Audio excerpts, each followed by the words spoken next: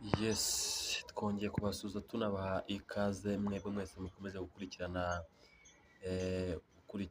cyangwa se gutega amatwi kuri YouTube channel yanyu ya Hope Analysis. Iyi ngiyi ikaba ari YouTube channel igenda ibagezaho ibintu byinshi bigiye bitandukanye kandi bikaba ibintu bidasanzwe cyane mutakumva ahandi aho ari hose ku ma YouTube channel uretse kuri YouTube channel yanyu nziza mukunda muri benshi ya Hope Analysis. Uyu munsi wa none rero tuboneyeho akanya ko gushimira mwebwe mwese mwamaze gukora subscribe ndetse tunabashimira cyane, muri abantu b'ingenzi cyane, ariko tunaboneraho akanya ko gusaba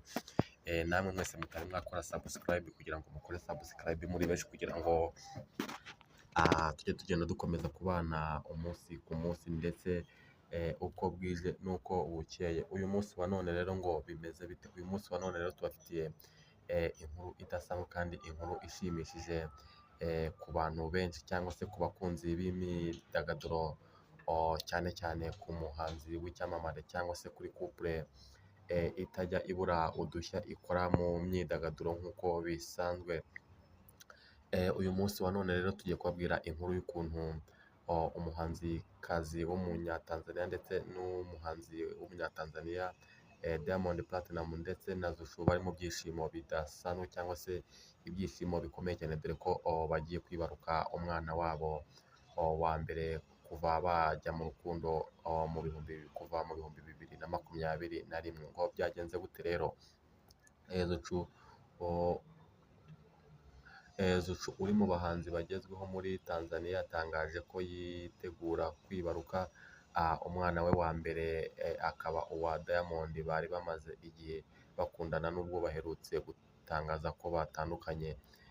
Ibi ngibi ni ibintu byagarutsweho n'ibitangazamakuru ndetse n'ibinyamakuru byinshi bigiye bitandukanye, haba ibya hano mu Rwanda ndetse no muri Tanzania, yewe no muri East Africa yose, dore ko byababaje abantu benshi cyangwa se abakunzi babo, by'umwihariko abakurikirana bya hafi aba bahanzi ndetse b'ibyamamare mu karere ka Afurika y'Uburasirazuba.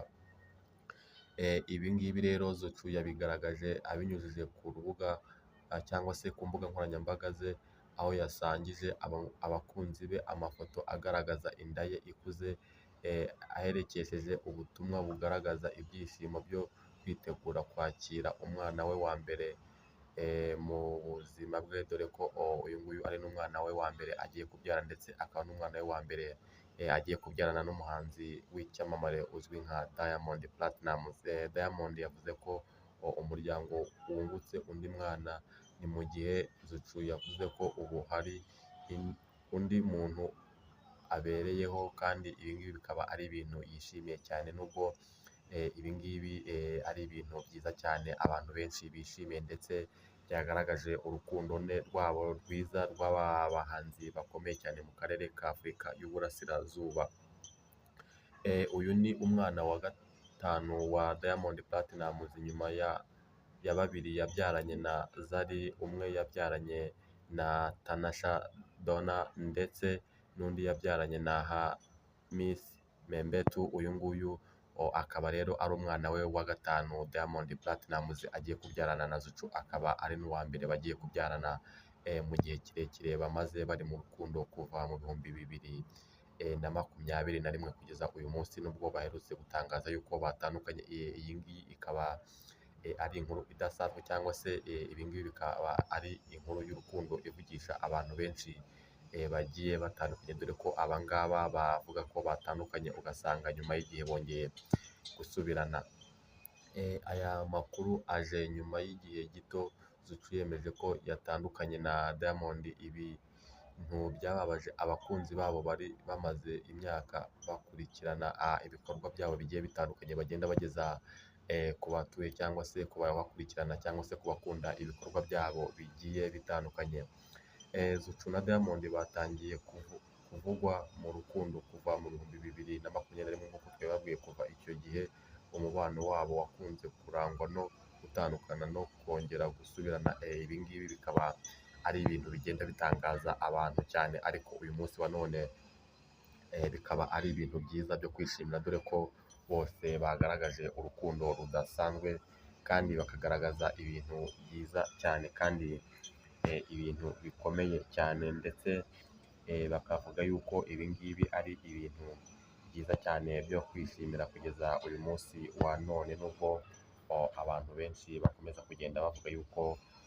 ibi ngibi atari sawa, nk'abantu bakuze nk'aba ngaba bakagombye kuba bashinga urugo cyangwa se urukundo rwabo rutazamo agatotsi nk'uko bigiye bimenyerewe cyangwa se nk'uko bagenda babigaragaza bahindura imyanzuro bagenda bafata. Nubwo bimeze gutya rero mu ruganda rw'imyidagaduro hano mu karere ka Afurika y'Uburasirazuba, dore ko ari ibyishimo bidasanzwe ndetse bikaba n'ibyishimo bidasanzwe, aho nyine uwo muhanzikazi w'umunyatanzaniya Zuchu ndetse na Diamond bari mu byishimo bidasanzwe ko bagiye kwibaruka umwana wabo wa mbere. Na hano mu Rwanda ntabwo twatanzwe, dore ko naho hari umukinnyi wa filimi cyangwa se wa sinema nyarwanda nawe uri mu byishimo bidasanzwe nyuma y'uko amaze gusezerana mu murenge cyangwa se mu mategeko n'umugabo we yishimire cyane, kandi ibi ngibi bikaba ari ibintu bikomeye cyane. Uyu nta wundi rero n'uwo bita Nyambo Jessica wamenyekanye muri sinema nyarwanda, yasezeranye na Uwiragiye Richard waherukaga kumwambika impeta amusaba ko babana nk'umugore n'umugabo. Ibi ngibi bikaba ari ibintu byishimiwe n'abatari bakeya mu Rwanda ndetse no mu karere ka Afurika y'Uburasirazuba kose, dore ko uyu nguyu nawe ari icyamamare muri sinema nyarwanda ndetse no mu karere ka Afurika y'Uburasirazuba, ndetse akaba n'umukobwa ukomeye cyane mu bintu bijyanye na sinema nyarwanda, dore ko uyu nguyu anakundwa n'abatari bakeya kandi bakunda ibikorwa abagezaho. Uyu muhango rero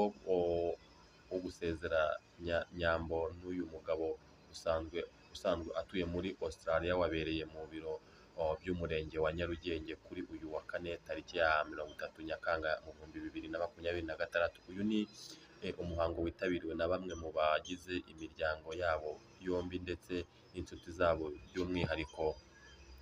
abasanzwe bafite amazina azwi muri sinema nyarwanda no mu ruganda rw'imyidagaduro muri rusange. Ibi ngibi rero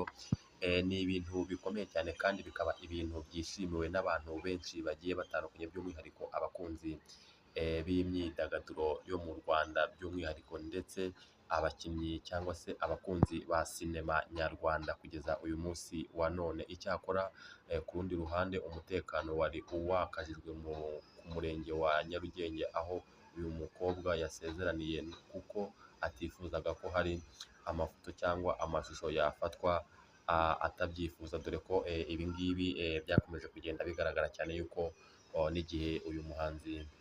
Richard yamwambikaga impeta atigeze yifuza yuko amafoto yajya ku mbuga nkoranyambaga cyangwa se yasakazwa hanze. Ibi ngibi rero nabyo akaba ariko yabyifuzaga uyu mukobwa cyangwa se Nyambo wamamaye muri sinema nyarwanda, atifuzaga yuko hagira amashusho afatwa ngo ashyirwe hanze ari guca mu murenge cyangwa se ari gusezerana imbere y'amategeko kuri uyu murenge wa Nyarugenge. Kuwa 23 Nyakanga mu 2026 nibwo hatangiye gukwirakwira amakuru y'uko Nyambo yambitswe impeta n'umusore usanzwe utuye muri Australia nyuma y'igihe kirekire bari mu rukundo, ndetse Nyambo akaba yaravuze yuko bari bamaze igihe kirekire bari mu rukundo. Nyambo Jessica amaze imyaka ari umwe mu bakinnyi ba filime bazwi mu Rwanda muri iyi minsi, ari mu bakinnyi bagezweho binyuze muri filime nyarwanda, ndetse abantu benshi bakaba bishimira ndetse banakunda uburyo ki yitwara mu buryo bwe bwo gukina sinema nyarwanda. Mwene data ndetse anagaragara mu yitwa Amaraso yanjye ya Kiramani n'indi mishinga itandukanye ikomeje gukundwa mu bakunzi ba sinema nyarwanda, dore ko uyu nguyu ari umwe mu bakinnyi bazi gukina neza filime, by'umwihariko uyu nguyu akaba akarusho cyangwa se akaba umuntu udasanzwe, dore ko nawe ari umwe mu bakunzwe cyane mu bakinnyi ba sinema nyarwanda. Mu kiganiro rero aherutse kugirana n'ibitangazamakuru bigiye bitandukanye, Nyambo yemeje ko amaze hafi imyaka 2 akundana na Uwiragiye Richard bitegura kurushinga. Ku rundi ruhande amakuru y'ubukwe bwa Nyambo Jessica ndetse n'aho azatura yose akomeje kugirwa ibanga rikomeye cyane ko uyu mukobwa yifuza ko ari ibirori byizitabirwa n'abo yatumiye gusa kandi bikaba ibirori bidasanzwe. Ibi byose rero byakomeje kugenda byishimirwa n'abantu batari bakeya bakurikirana sinema nyarwanda cyangwa se bakunze uyu mukobwa cyangwa se bakunda ibikorwa by'uyu mukinnyi nyarwanda wa sinema, dore ko ibi byose ari ibintu bidasanzwe kandi byabaye ibintu by'agatangaza ku bakunzi ba sinema nyarwanda kugeza uyu munsi wa none. Nubwo bimeze gutya rero ariko abantu benshi bakomeje kugenda bagaragaza yuko yagakwiye gufungurira amarembo cyangwa se yagakwiye gushyiraho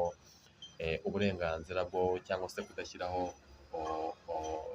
ikintu gituma cyangwa se gikumira abantu bashobora kuba bashaka gutaha ubukwe cyangwa se bafata amashusho, dore ko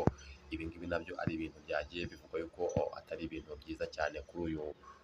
mukinnyi wa filime hano mu Rwanda. Ariko nubwo bimeze gutya nanone rero ni ibyishimo byinshi ku bakunzi biwe ndetse banakurikirana ibikorwa agenda akora umunsi ku munsi. Ikiganiro cy'umunsi wa none rero nta tugisoreje, twabwira ngo mukomeze gukora subscribe muri benshi ndetse munasharinge ibi biganiro byacu bigere kuri benshi kugira ngo tugende dukomeza kubana umunsi ku munsi ndetse